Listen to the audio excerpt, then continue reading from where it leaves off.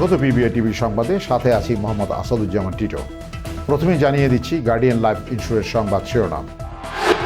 Navana সিএনজির credit rating নির্ণয়। বিশ্বের বৃহৎ অর্থনীতির শীর্ষ 10 দেশ। বাংলাদেশে ব্যাংকের অনুমোদন ছাড়াই এস আলমের বিদেশি ঋণ পরিশোধ করেছে রূপালী ব্যাংক। বীর প্রতীক সিরাজউদ্দিন আহমেদের সড়কের নাম ফলক উন্মোচন। শুনছিলেন সংবাদ শিরোনাম, এবার বিস্তারিত। জীবন অনিশ্চিত, তাই সময় মতো জীবনের ডাক শুনুন।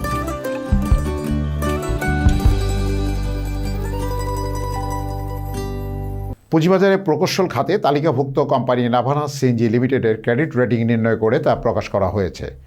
কোম্পানির ক্রেডিট রেটিং নির্ণয় করেছে ন্যাশনাল ক্রেডিট রেটিংস লিমিটেড। রোববার 7 December Dhaka stock exchange DSE ও চট্টগ্রাম স্টক এক্সচেঞ্জ সিএসএ সূত্রে এ তথ্য জানা গেছে। তথ্যমতে national credit ratings limited rating অনুযায়ী নাভানা সিএনজি লিমিটেডের দীর্ঘমেয়াদের রেটিং হয়েছে AA আর স্বল্প মেয়াদের রেটিং হয়েছে ST2।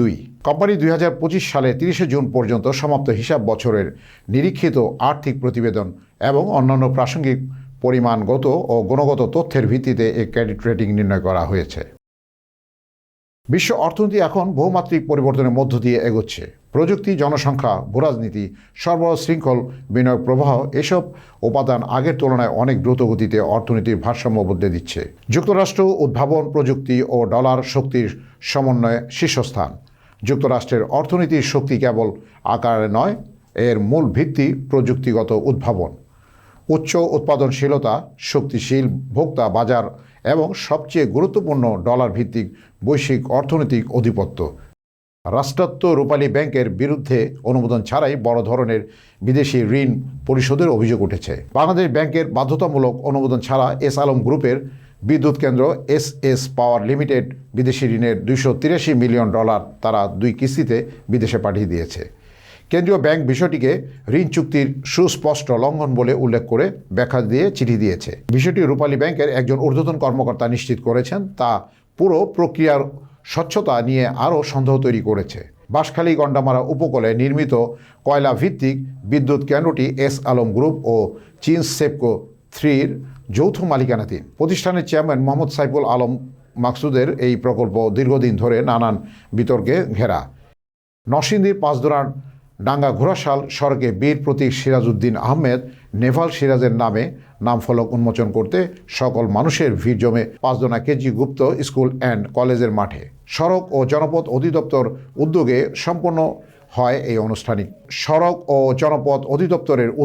সম্পন্ন হয় এই আনুষ্ঠানিক আয়োজন। অনুষ্ঠানে প্রধান অতিথি হিসেবে উপস্থিত ছিলেন সড়ক পরিবহন ও সেতু মন্ত্রণালয়ের মাননীয় উপদেষ্টা জনাব মোহাম্মদ ফাউজুল করিম খান। বিশেষ অতিথি ছিলেন মুক্তিযুদ্ধ বিষয়ক উপদেষ্টা ফারুকী আজম বীর প্রতীক এবং মাননীয় প্রধান উপদেষ্টা মুখ্য সচিব জনাব M সিরাজ উদ্দিন মিয়া।